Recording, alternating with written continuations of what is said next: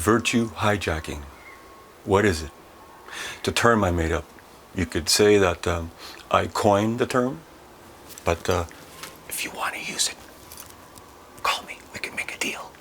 So let's take a look at the words first, virtue and hijacking.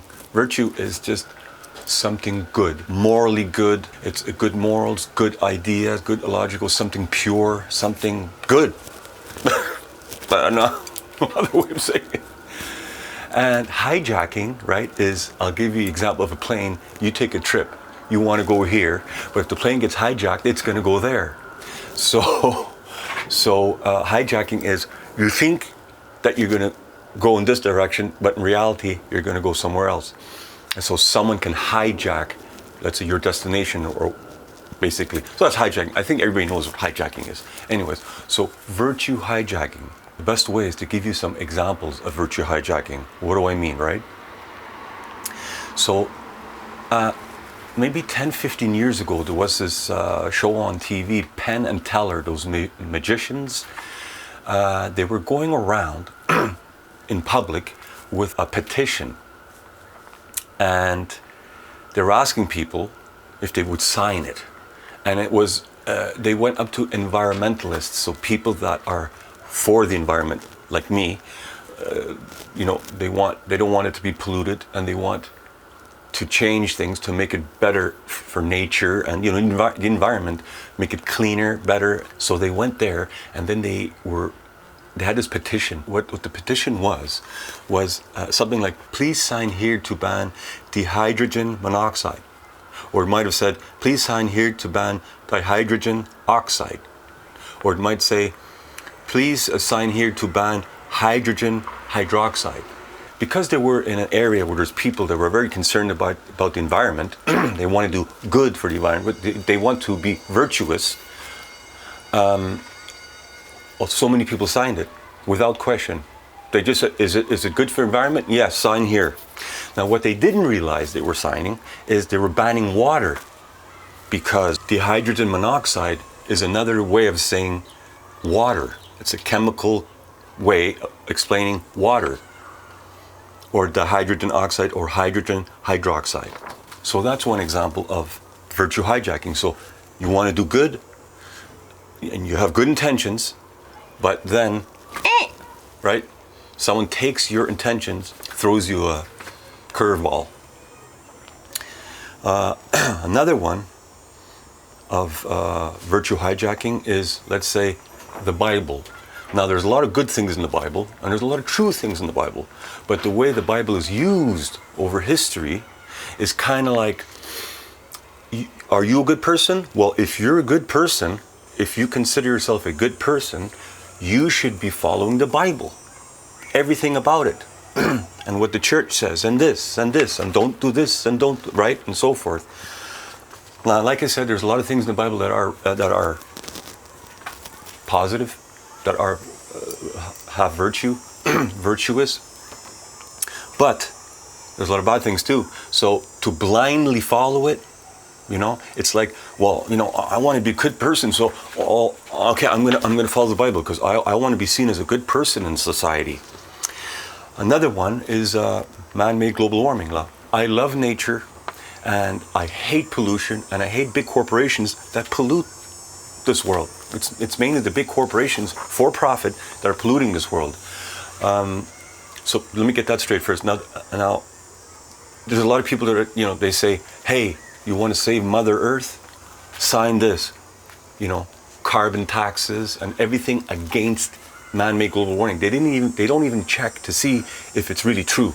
They just, you know, they have this thing that I want to be a good person. I need to show around me, the people that I'm around, that I'm a good person, and therefore I'm against man-made global warming, and we should do everything, you know, and so forth. That's another one, whether it's true or not, because most people don't research that. They just look at the news a bit, and they look, here as a petition, yeah, I'll sign it, whatever.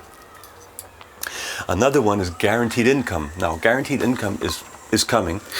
It can come in two ways. The way the government systems are now, which is actually very bad. If they incorporate guaranteed income now, we will go in more debt, we will have higher tax. Things are going to get worse, believe it or not. But there is a way of doing guaranteed income where things will get better. And taxes won't go up and stuff like that, but that's for another video. Anyways, people just blindly, guaranteed income. They don't look at the ramifications. They don't verify it. They don't research it. They don't do nothing. They're just like, wait, that's a good thing. We got to help the poor. That's a good, okay, sign me up, right? That's another example of virtue hijacking, because you want to do something good, but in reality, it's going to turn out to be something bad. And also another thing, virtue hijacking, what's going on right now in the world. Now, I can't say it because they're going to ban my channel, but there's something going on and people are jumping on the bandwagon left and right. And I don't blame them with all this, in the news every day, blah, blah, blah, blah, blah. If you just watch the news and you don't do your own research, you're going to believe it and you're going to jump on the bandwagon. Yes, I want to be a good person. I don't want to be viewed as a bad person in society. I want to be viewed as, ooh, that person's a good person, so I got to do what all the news is saying to do to be good. So that's another example of virtue hijacking. So why does virtue hijacking exist? Well, actually, it's a good thing. It shows us that on a fundamental level, on a soul level, that you want to be good. Just like me, I want to be good. That's the way I am. I want to be good. I want to do good for others. I don't want anybody to suffer. But I also believe in freedom, right? Now, it's good because it shows your natural tendency. You want to be good, that's a great thing. And you also want to, if you want to be good, most people want to show it off that I'm a good person. So that's the good thing about that's happening, virtue hijacking. It shows us what type of people we are. But it's bad because most people don't have time after a day's work, or they never even got taught how to do research. So it's bad for that, because they'll just read a headline and, oh, that aligns up with my thoughts. That aligns up with my ideas and concept of how the world should be. The world should be better. It should be a good thing.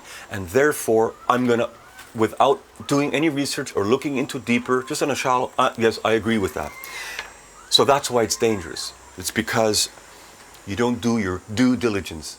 Right? You don't do what you should be doing to make it absolutely sure that if you're going to spend time or money or effort into this, that it's really a good thing. So the next time someone shows you something that aligns with your values, be careful and check it out thoroughly first. Check out both sides of the argument and take your time before spreading the news or putting much time and effort into it. Avoid the TV. Actually, the TV has a history of showing one side of an argument. You're getting one side in mainstream media, you get one side. Now you have to go and find out the argument, counter it.